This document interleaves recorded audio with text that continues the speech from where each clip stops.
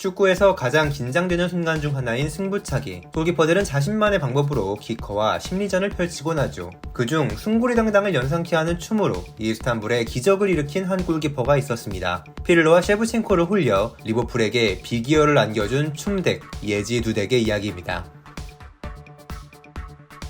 두덱은 1973년 폴란드의 리브니크에서 태어났습니다. 넉넉하지 못한 광부의 가족에서 태어난 두덱은 자연스럽게 축구를 접하기 전까지 광부를 되기 위한 훈련을 받아왔다고 하는데요. 12살이 된 두덱은 고르니크 쿠르누프에 들어가 선수 생활을 시작했는데 생계를 돕기 위해 다른 일을 지속하면서도 꾸준히 골키퍼 훈련을 받은 결과 1991년에 18살의 나이로 3부 리그 경기에 처음 출전합니다. 4년간 3부와 2부를 거친 그는 416분간 무실점 기록을 세우는 등의 활약을 펼친 후 폴란드의 이름을 알려 1부 리그의 스코우티히에 입단하게 됐죠. 중위권에 위치한 이 팀에서 곧바로 주전으로 활약했는데 반 시즌 동안 12경기에 출전, 4개의 클린시트를 기록한 것이 폴란드 1부 리그에서의 전부지만 높은 가능성을 인정받아 구육고 출시를 앞두고 23살의 나이로 네덜란드의 명문 페예노르트에 입단하게 됩니다. 아직 큰 무대 경험이 없던 두덱은 벤치 멤버로 첫 시즌을 시작했고 한 경기도 출전하지 못했지만 두 번째 시즌부터 곧바로 선발 기회가 찾아왔습니다. 주전이었던 에트 더 후이가 첼시로 이적했기 때문인데요. 1년간 벤치만 달군 한을 풀어내듯 두덱은 모든 리그 경기에 출전해 좋은 모습을 보였습니다.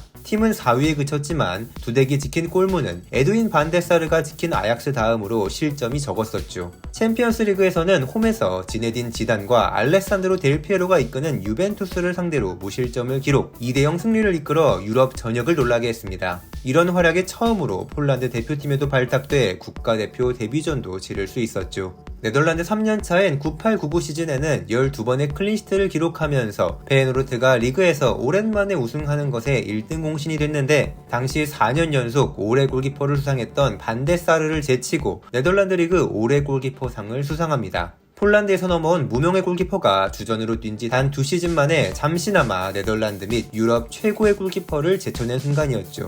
많은 팬들이 두덱에 열광했고 99-00 시즌에 반데사르가 유벤투스로 이적하자 네덜란드 리그의 골키퍼는 두덱의 동무대가 되었습니다. 그의 인기와 실력 덕분에 2000년에는 네덜란드 매거진이 선정하는 올해의 선수 골든 부츠를 외국인 선수 최초로 수상하기도 했는데 이제 두덱을 묶어두기에 네덜란드는 너무 작은 무대가 되었고 수많은 빅클럽들의 관심이 쏟아졌습니다. 그중 01-02 시즌을 앞둔 리버풀이 두덱을 영입하는데요.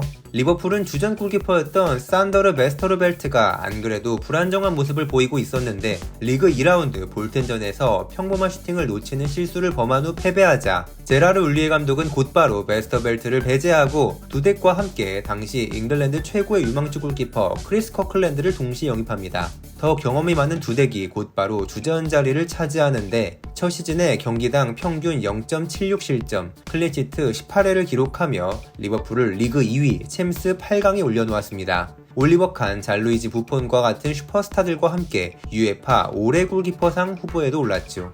공교롭게도 데뷔 후 상승 곡선만 그리던 두덱에게 시련이 시작된 곳은 대한민국이었습니다. 최고의 폼을 보이던 두덱은 높은 기대 속에 2002 한일 월드컵에 출전했고 당시 우리나라의 첫 상대였기 때문에 엠마누엘 올리사 대배와 함께 경계 1순위로 자주 뉴스에 오르곤 했는데요. 하지만 막상 경기가 시작되자 우리나라의 끈끈한 조직력에 폴란드는 완벽하게 압도당했고 두덱은 여러 차례 우리나라 선수들의 슈팅을 막아냈지만 황선홍의 선제골과 유상철의 추가골은 막아내지 못하며 첫 경기에서 0대2 패배를 당했습니다. 2차전 포르투갈전에서는 무려 4골을 허용하면서 폴란드의 조별리그 탈락을 막아내지 못했죠.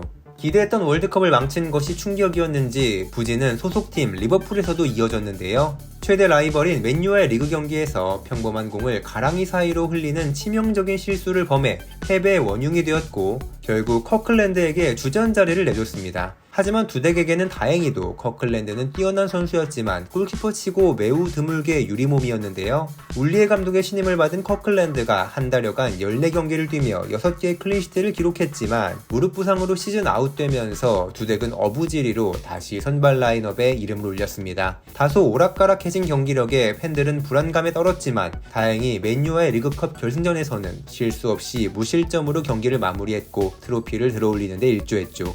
그래도 이어진 시즌에 울리에 감독은 다시 커클랜드를 주전으로 바꾸려고 했는데요. 그럴 때마다 커클랜드의 사타구니 근육이 찢어지거나 손가락이 골절되면서 두덱은 강제로 주전으로 뛰었습니다. 03-04 시즌에 리버풀은 빅4 중에 가장 적은 득점, 가장 많은 실점을 기록하고 4위로 처진 후 울리에 감독이 팀을 떠나게 되는데 새로 부임한 라파 베니테즈의 선택 역시 커클랜드였습니다. 리그 초중반에 두덱은 2달이 넘도록 벤치를 지켰는데 커클랜드가 또 등부상으로 장기 이탈하고 두덱이 주전으로 뛰게 되자 이제는 많은 리버풀 팬들도 실력보다는 커클랜드의 부상으로 뛰는 두덱을 달가워하지 않았습니다. 그럼에도 시즌이 끝난 후 두덱은 리버풀의 모든 팬들의 환호를 자신에게 향하도록 만듭니다. 바로 그 전설적인 이스탄불의 경기를 통해서 말이죠. 리버풀은 챔스에서 유벤투스, 첼시 등의 강호를 꺾고 결승전이 열리는 이스탄불로 향했습니다. AC 밀란에게 전반전에만 3골을 헌납하며 어려운 상황에 직면했지만 리버풀은 제라드의 헤딩을 시작으로 6분 만에 3골을 몰아넣으며 동점을 만드는 데 성공합니다.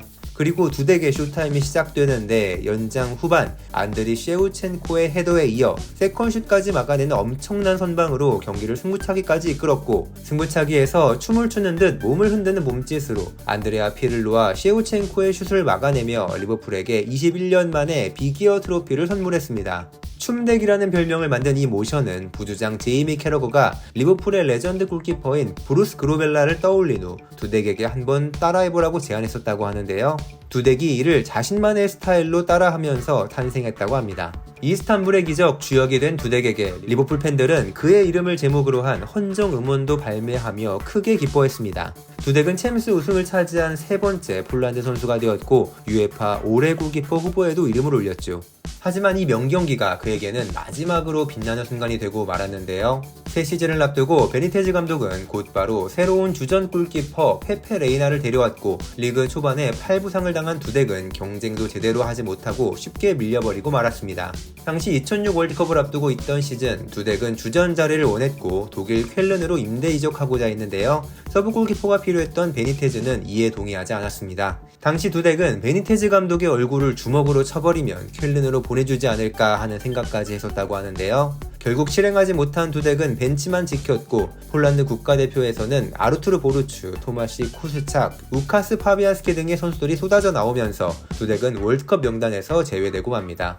월드컵이 끝난 후 계약 마지막인 06-07 시즌에도 모든 대회 6경기에만 출전했으며 무려 14골을 실점한 후 이스탄불의 영웅은 초라하게 리버풀을 떠나야 했죠. 특히 리그컵 8강에서 아스날의 실패작으로 평가받는 훌리오 밥티스타에게 헤트트릭을 얻어맞고 3대6으로 대패한 것은 팬들의 기억에 오래 남을 굴욕적인 경기였습니다. 새로운 팀을 찾던 두덱은 07-08 시즌을 앞두고 이케르 카시아스의 백업을 찾던 레알 마드리드에 입단하는데요. 카시아스에게 부상과 부진이라고는 찾아볼 수 없었기에 두덱은 첫 시즌에 리그에서 단 한 경기만 출전했습니다. 그나마 구강컵에서는 매 시즌 주전으로 뛸 수 있었지만 이 시절에 두덱이 골문을 지킨 레알은 마요르카, 레알 우니온, 알코르콘 등 약팀에 의해 3년 연속 조기 탈락하고 말았습니다. 그렇게 37살이 된 두덱은 계약 마지막 시즌인 10-12 시즌을 맞이했고 챔스 조별리그 오세르와의 경기에서 오랜만에 출전했는데 불운하게도 상대 공격수와 충돌해 턱에 부상을 입었고 6주 동안 훈련에 참가하지 못하는 상황이 찾아왔습니다. 안토니오 아단에게 세컨 골키퍼도 내주게 된 두덱은 이 시즌을 끝으로 은퇴를 결심하게 됐죠. 구단에서도 그의 마지막 경기를 잘 치를 수 있는 기회를 주었는데 리그 마지막 라운드에서 선발 출전했던 두덱을 벤치로 불러들이는 과정에서 선수들이 그에게 다가와 경의를 표해주었고 마지막을 아름답게 장식할 수 있었습니다. 은퇴하고 약 2년 후 두덱은 폴란드와 리히텐슈타인과의 친선 경기를 통해 잠시 현역 경기를 치렀는데요. 당시 두덱의 A매치 출전 수는 59경기였고 폴란드 축구계의 명예전당에 들기 위한 경기 수보다 한 경기가 부족했습니다. 이에 폴란드 축구협회는 두덱에게 한 경기만 더 뛸 것을 권유했고 이를 받아들인 두덱은 등번호 60번과 주장완장을 달고 선발 출전 34분을 뛴 후 더 기분 좋게 그라운드를 떠날 수 있었습니다. 은퇴 후 두덱은 여러가지를 병행하고 있는데요. 프로 선수였던 동생과 함께 축구 아카데미를 개설해 어린아이들에게 축구를 가르치기도 하며 2014년에는 카레이서로 데뷔해 지금까지도 선수 생활을 이어가고 있습니다. 자국 폴란드에서는 축구 해설가로 활동하고 있으며 18-19 시즌 소속팀이었던 리버풀이 14년 만에 챔피언스리그 우승하는 것을 직접 중계했는데 마치 자신이 우승한 것처럼 응원가를 따라 부르는 모습이 화제가 되기도 했죠. 지금까지 흐느적거리는 춤 사위로 이스탄불의 기적을 만들어낸 주인공 예지 두덱의 이야기였습니다. 구독과 좋아요 버튼 눌러주시면 힘내서 더 많은 선수들의 레전설 얘기 전해드리도록 하겠습니다. 감사합니다.